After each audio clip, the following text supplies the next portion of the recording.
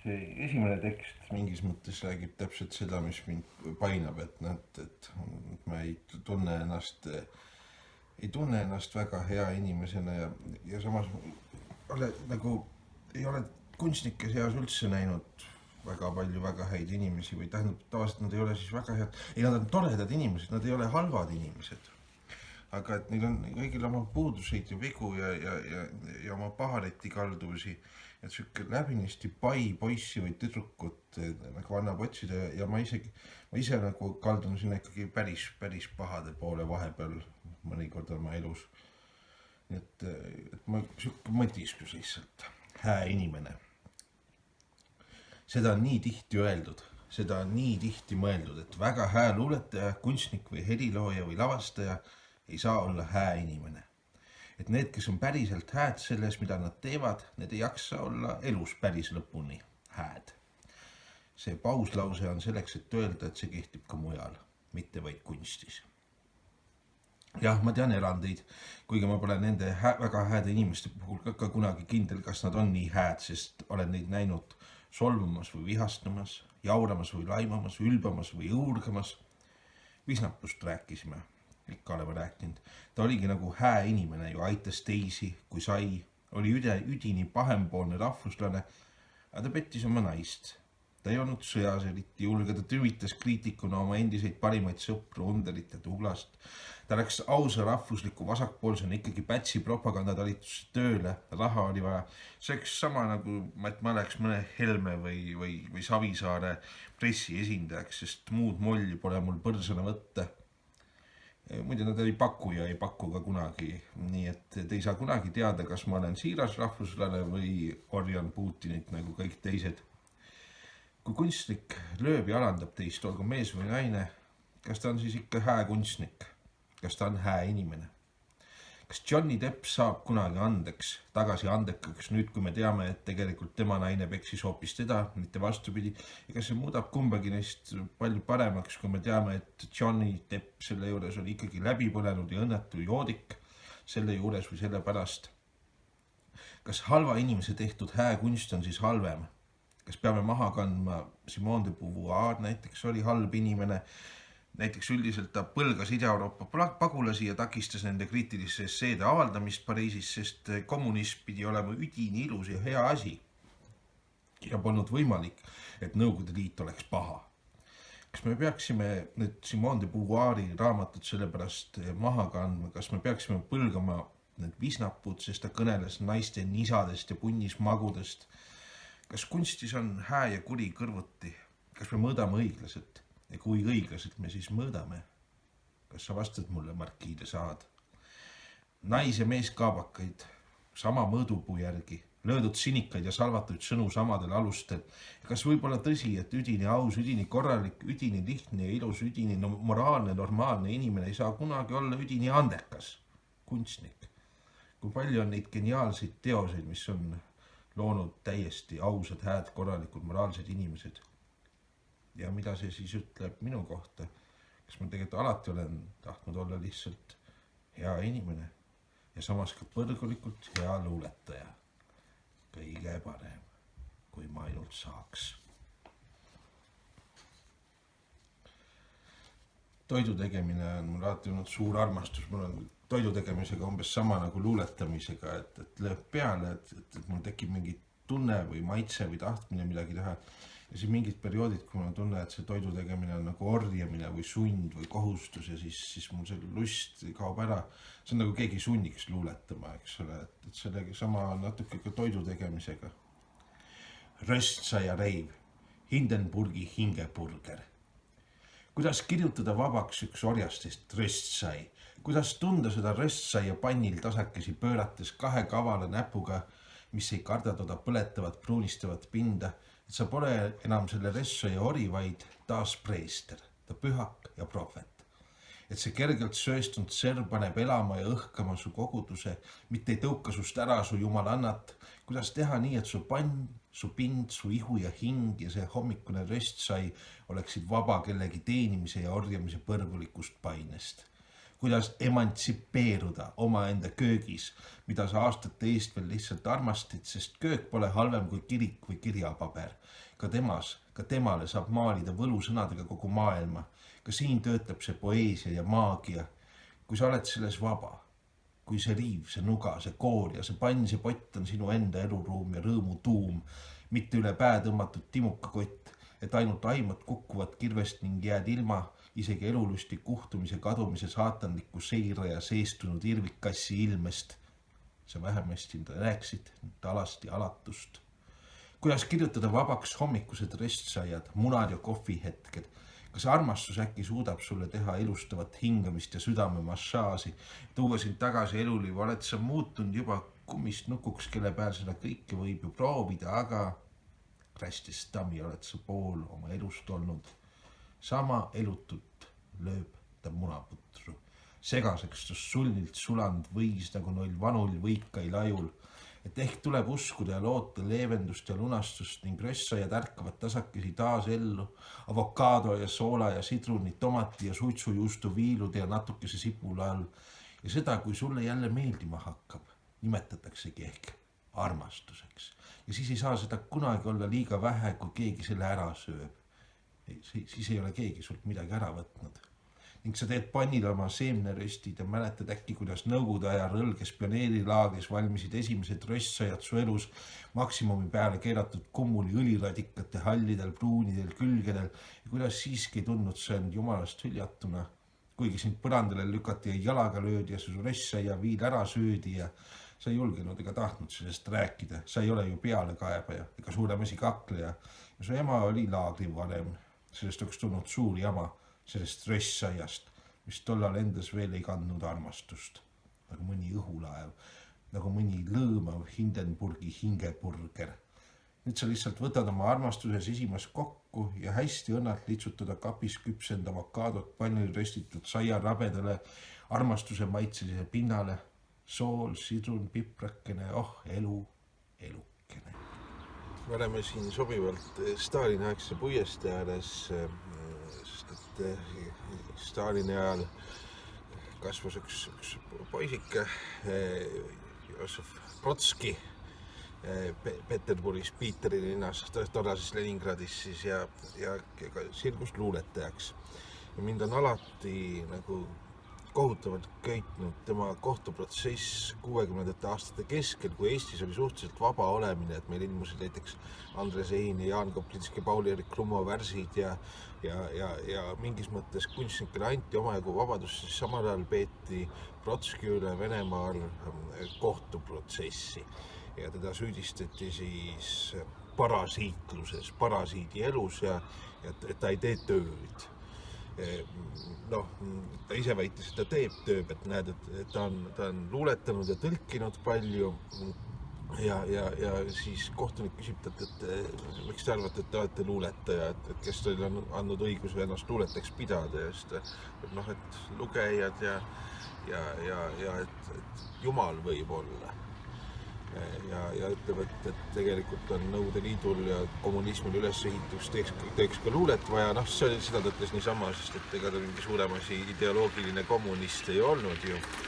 Aga igatahes oma mälestustes, mis on Loomingu raamatukogus ilmunud või sellistes mõtisklustes, esseedes täiel määral mitte keegi seda 1987. aastal ilmunud siis või kohe vaatan üle. Ei, 1991, muidugi 87 oleks vara olnud selle jaoks. 1991 number 27-28 ja siin on üks oluline koht minu jaoks, mis Brotski räägib oma lapsepõlvest.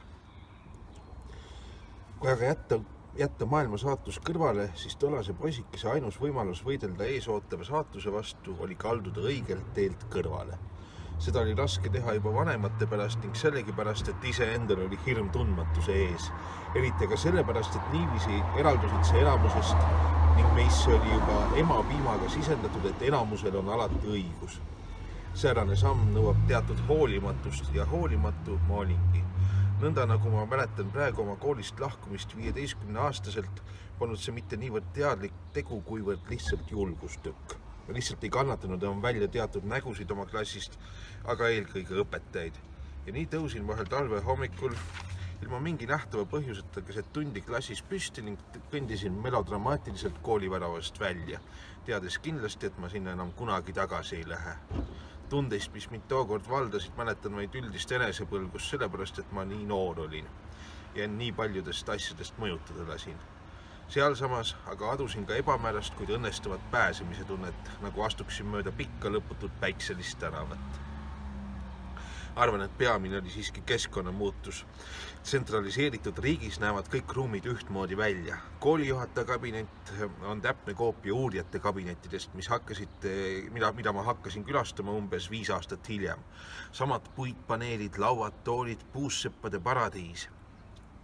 Samad meie riigi rajajate portreed. Lenin, Stalin, poliitbüroo liikmed, Maksim Gorki, Nõukogude kirjanduse rajaja, kui tegemist oli kooliga, või siis Felix Dzerzhinski, Nõukogude julgeoleku rajaja, kui tegemist oli uurijakabinetiga. Tihti aga ehtis Dzerzhinski, raudne Felix ehk revolutsiooni rüütel ka koolijuhataja seina, sest mees oli julgeoleku kõrgustest koolisüsteeminigi laskunud. Ja need mu klassitubade krohvitud seinad sinise horisontaaljoonega, mis silmade kõrguselt vääramatult läbistas tervet maad nagu lõpmatu ühisnimetaja, esikutes, haiglates, tehastes, vanglates, kommunaalkorterite koridorides, ainsad kohad, kus seda joont ei kohanud, olid talupoegade puumajad. See ilusti sajas lausa raevu, sest seda jätkus kõikele. Kui palju kordi leidsin enese tühjal pilgul jõlitamas seda 2 tolli laius sinist joont, kujutledes seda kord silmapiirina merel, kord olematuse endas kehastusena. See oli liiga abstraktne, et midagi tähendada. Põrandas silmade kõrguseni rotikarva, halli või roheka värviga kaetud sein, siis sinine joon ja ülalpool meitsilikult valge krohv. Kunagi ei küsinud keegi, miks see joon seal on. Keegi poleks osanudki vastata. Ta lihtsalt oli seal, piirjoon halli ja valge, alumise ja ülemise vahel. Need polnudki värvid, vaid üksnes aimatavad varjundid, millesse lõikusid pruunijad laigud, uksed, suletud või poikvel. Ja poikveluste uksest võis näha samasugust hallvalget tuba, mida markeeris sinine triip, pluss Lenini pilt ja maailmakaart. Oli mõnus jätta maha see kafkalik süsteem, ehkki ma juba tollal tajusin ehk umbmääraselt, et olin sattunud vihma käest rääst alla. Teadsin, et mis tahes hoone, kuhu ma iganes läheksin, näeks samamoodi välja, sest hoonetes me ju ikkagi peame oma elu ära elama. Sellele vaatamata tundsin ma, et pean minema. Mis iganes mind ajendas seda otsust tegema, vale, tõde või kõige tõenäoliselt nende segu, olen ma selle üle ääretult tänulik, sest ilmselt oli see mu esimene vaba samm. See oli vaislik samm, ärapöördumine. Mõistusel on sellega vähe pistmist. Tean seda, sest olen sest saadik üha sagedamini kõigest ära pöördunud ning seda mitte sugugi alati tüdimusest või teadmisest, et olen lõksu sattunud. Olen ära pöördunud laitmatutest oludest niisama tihti kui viletsatestki. Kui tagasihoidliks koht ka poleks, võid kindel olla, et ühel päeval jalutab ligi keegi, kes tahab seda endale, mis veelgi hullem paneb ette seda endaga jagada. Ja siis oled sunnitud kas selle koha eest võitlema või ta maha jätma. Mina eelistasin juhtumisi viimast. Mitte sugugi sellepärast, et ma ei oska võidelda, vaid pigem puhtast enesepõlgusest. Valida välja midagi, mis huvitab ka teisi, näitab su valiku teatud vulgaarsust. Ühesõnaga, et kunstnik luuletaja olla on mingis mõttes väga julge või siis ka väga vaba valik, et sa ei taha nügida, kõnnid minema. Trotski on mulle väga tähtis olnud isegi rohkem see, kuidas ta mõtleb, kui tema luuletused, kuigi neid on nüüd ka eesti keeles olemas. Nii et lugege Trotskit ka sekka. Toidust oleme väga palju kirjutanud millegi pärast luuletusi või sest see on elu normaalne osis, see on poetiline laks ja laeng, öine võileib, tomatiratta blues.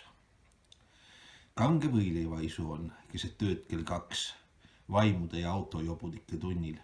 Ikka käulab keegi kummide vingudes akna alt läbi, kuigi viimasel ajal on see enamasti politsei, kuigi vahel ikka mõni autopede.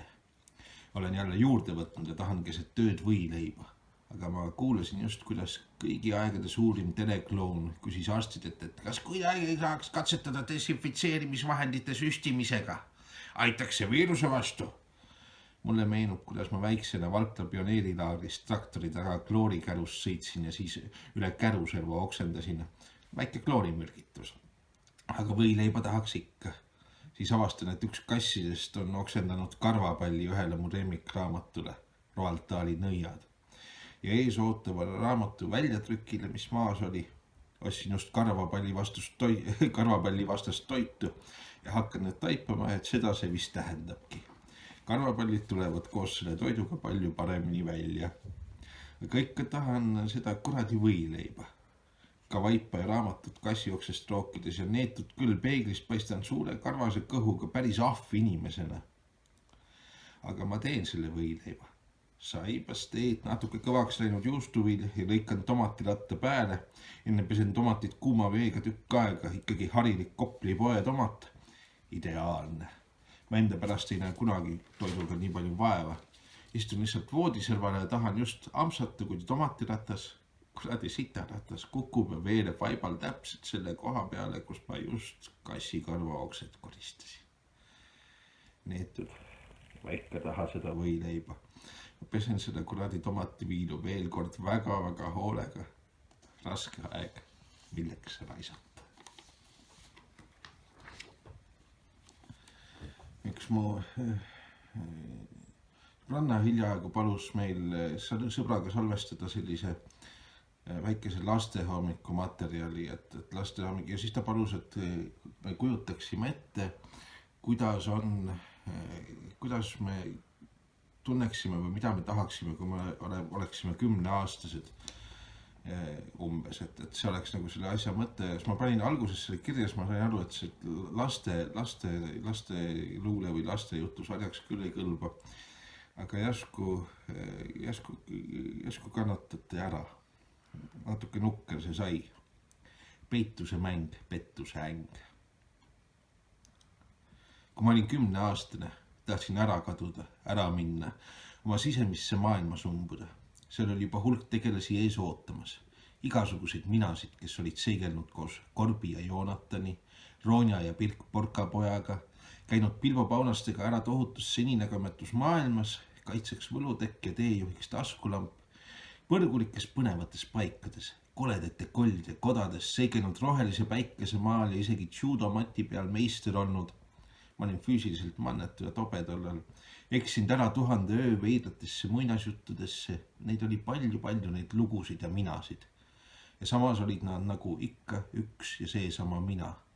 Sellepärast oli mul tollal kerge ka jumalasse uskuda. Ta oli kõikjal mus kohal. Ma ise olin kõigis neis tegelastes kohal. Olin nendega üks ja nemad kõik olid mina. Olin 3 vanderselli. Oh, sa piime, maailm on imeline. Olin 3 taksitralli, kasvatasin habemes pohli ja rästikuid, vedasin järelratastega hiirt, lasin tuulel oma ilusat tulevikku kiilas pead silida ning kirjutasin ise endale kurbi kirju ja luuletusi tulevikku nõudmiseni.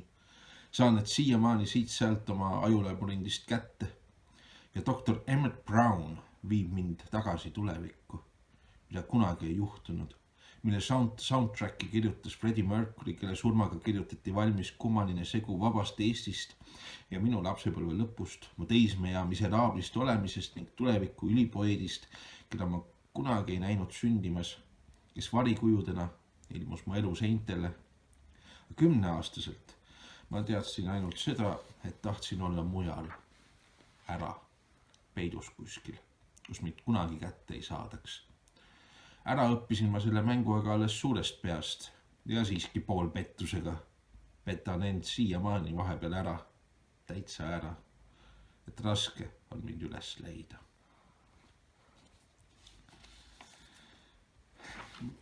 Mõnikord tuleb mõne inimese või nähtuse pihta, ma ütleks pigem nähtuse pihta mõni kuri luuletus, et ma olen kohanud paari inimest või 3-4 inimest ja tean rohkem neid nii-öelda kaude, kes ütlevad, et selline viha, et eluterve viha või sükene raev on kuidagi loommootor. Ma ei ole sellega sageli nõus, kuigi mõnikord võib see olla sütitav ja mingis olukorras võib see olla kandev. Ja ma ei tahaks otse kellegi inimese pihta paha olla, aga seekord on küll, et selle ühe väikse vastiku luuletuse, mis ma teile ette loen, on inspireerinud üks inimene ja tema blogi, mille lugemine ajas mind nii kurvaks ja nii kurjaks, et ma tundsin enese seestpoolt katki olevat päriselt.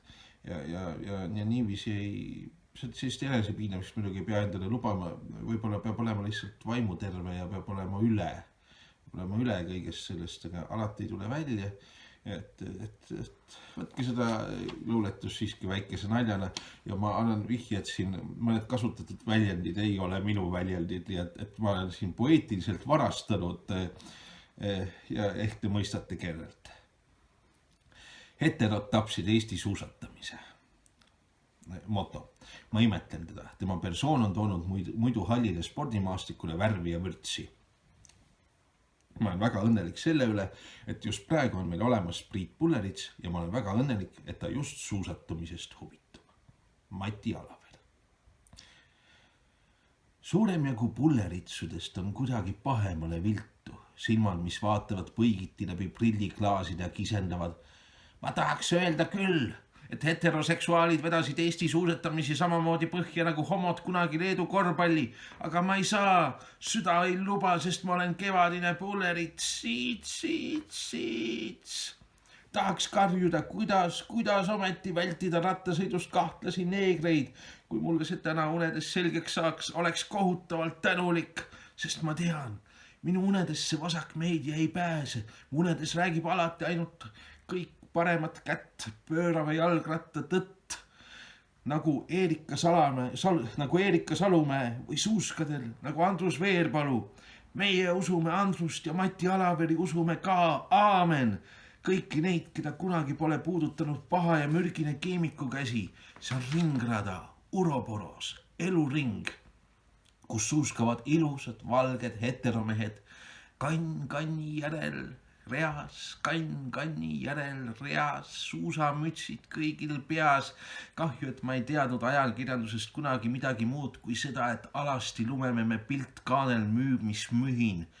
Mul oli elus ainult üks küsimus, kuidas vältida rattasõidus kahtlasi neegreid ja teine oli tegelikult veel. Kui 2 korvpallurit on peded, kas neil jätkub siis väljakul silmid teistele kannidele, kui vaid nonde 2 kauni ja hapra leeduka omad? Juudest nagu viisid homod põhja Leedu korvpalli, vedasid heterod mutta kogu Eesti spordi. Suusatajad, kanni järel reas. Kas sellepärast tasus siis aastaid vahtida enda ees nühkimas teise mehe tagumikku või tunda oma tagumikul teise heteromehe rahutuid õnnetuid silmi sel lõputul suusarajal, mida me nimetame eluks. Uueks paranormaalsuseks. Veided luuletus, jah. Et ma loodan, et selles kurbuses ja korjuses on siiski võimet meie kõigi üle, enda üle ka naerda. Ja näete, Jõhvi gümnaasiumi termos on heas kasutuses. Kõrre osa on küll natuke katki läinud ja ära ka tulnud, aga sellegi poolest saab endale Jõhvi gümnaasiumi termosesse teha jooki ja seda rüübata. Kõigile tervisi ja head luule kuulamist.